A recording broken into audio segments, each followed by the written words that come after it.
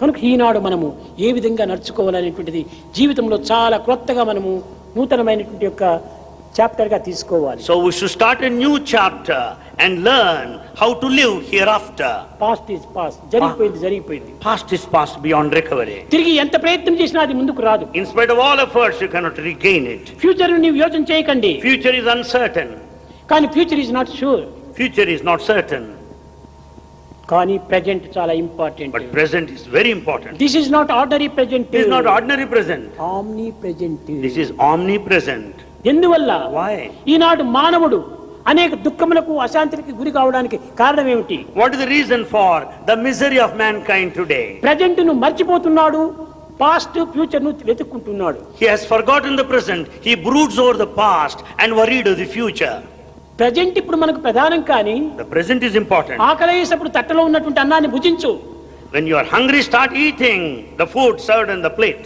10 నెలల కిందట మా ఇంట్లో పండగ చేసిండ్రి, ఆ పండుగలో పంచపక్ష పరమాన్నములు ఉన్నాయి, దాన్ని తలుచుకొని ప్రయోజనం ఎందుకు? What is the fun of thinking of a grand feast that you had enjoyed 10 months ago? కనుక 10 దినముల ముందుగా జరిగిపోయినటువంటి నీవు యోచించొద్దు. Don't think of the past. Present ఇది నువ్వు యోచించు. Think of the present. Past tree. Past is a tree. Future tree. Future is also a tree. Present is seed. Present is the seed. ఆ past tree నుంచి present seed వచ్చింది. Out of the past tree you have the present seed. Present seed నుంచి future tree వస్తుంది. Out of the present seed you will have the future కాబట్టి tree. Seed is very very very very very important. So seed is very very important.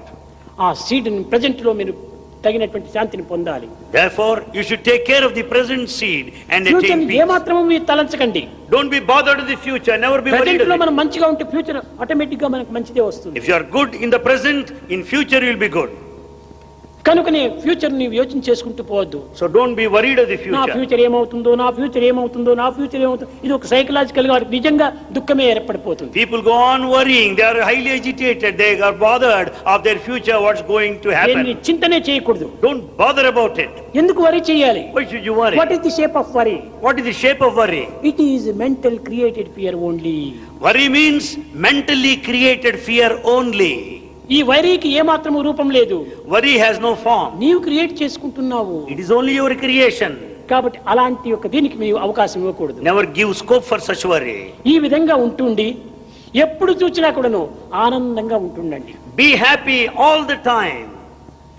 మాకు ఎట్ట స్వామి ఇంటిలో అనేక చిక్కులు ఉంటాయి, మాకు అనేక బాధలు ఉంటున్నాయి, సంసారంలో చాలా వ్యతలు ఉంటున్నాయి, మేము ఎట్ట సుఖంగా ఉండడానికి వీలవుతుందంటారు. You may say, Swami, how is it possible to be happy all the time? We have got our own problems, our own worries there.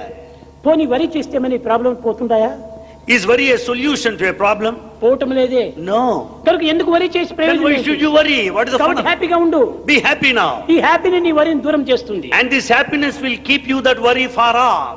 అంతేగాని వరి చేసుకుంటూ కూర్చుంటే వరి ఇంకా ప్లస్ ప్లస్ ప్లస్ అవుతుంది. Because this worry will add to your problem more and more. కనుక నీ వరి చేయకూడదు. Never worry. ఏదొచ్చినా కానీ ఇది భగవత్ ప్రసాదం. Take it as God's gift, whatever may happen. ఈ కష్టములు కూడా నువ్వు భగవత్ ప్రసాదమే. Even the difficulties are pleasure God's is an gift. interval between two pains. The pleasure is an interval between two pains. కనుక ఈ రెండు కష్టముల మధ్యలోనే ఒక సుఖం ఉంటుండాలి. And there lies the happiness.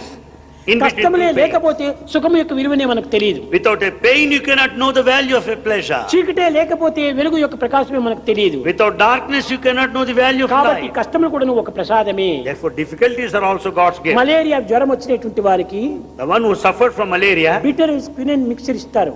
they are given quinine mixture. Bitter గా ఉంటాది. It's so bitter. కానీ But ఆ బిటర్ నీవు కష్టపడి తాగినప్పుడే ఈ మలేరియా ఫీవర్ నివారణ అయిపోతుంది. when you once you accept and take that medicine, bitter quinine, you will be cured of the నాకు malaria. మెడిసిన్ కూడా నువ్వు తీయగా ఉండాలని కోరితే నీ బాధ నీకు నివారణ కాదు. You cannot demand that medicine should be sweet. కనుక కష్టం కూడా నువ్వు మనకు సుఖాన్ని అందిస్తుంది. The difficulty also gives you joy later. కనుక ఎప్పుడు నీవు జాయిగా ఉండాలి. You should be joyful all the time. అప్పుడే నీ యొక్క జీవితము మంచి ఆనందాన్ని ఆదర్శాన్ని అందిస్తుంది. And then your life will be blissful and set an ideal to the rest. యువకులారా, Youngsters, శరీర సంబంధమైనటువంటి విషయాలు కానీ, either physical matters ఫ్యూచర్ యొక్క విషయాలు కానీ, or the future కుటుంబం situation యొక్క విషయాలు కానీ, or that or the మీరు bygone, ఏమాత్రం కూడా నువ్వు హృదయంలో చోటు ఇవ్వకండి. don't entertain them in your heart. హృదయంలో చోటు ఇవ్వవలసింది ఒక్కదానికే, భగవంతునికి మాత్రమే ఇవ్వాలి. You should give place to God only in your heart, none మిగిలినవన్నీ else. కూడా బయట ఆర్ట్స్ అంతా Outside you have the art. Art అంతా అవుట్ సైడ్ ఉంది, Art is outside. హార్ట్ అంతా ఇన్సైడ్ ఉంది. Heart is inside. కాబట్టి ఆర్ట్ అంతా హార్ట్ నుంచి వచ్చినటువంటివే. So all the art outside has come out of the heart inside. కనుక మొట్టమొదటి నీవు ఆర్ట్ చూసుకో. So think of the heart first. Art చూడద్దు. Don't follow the art.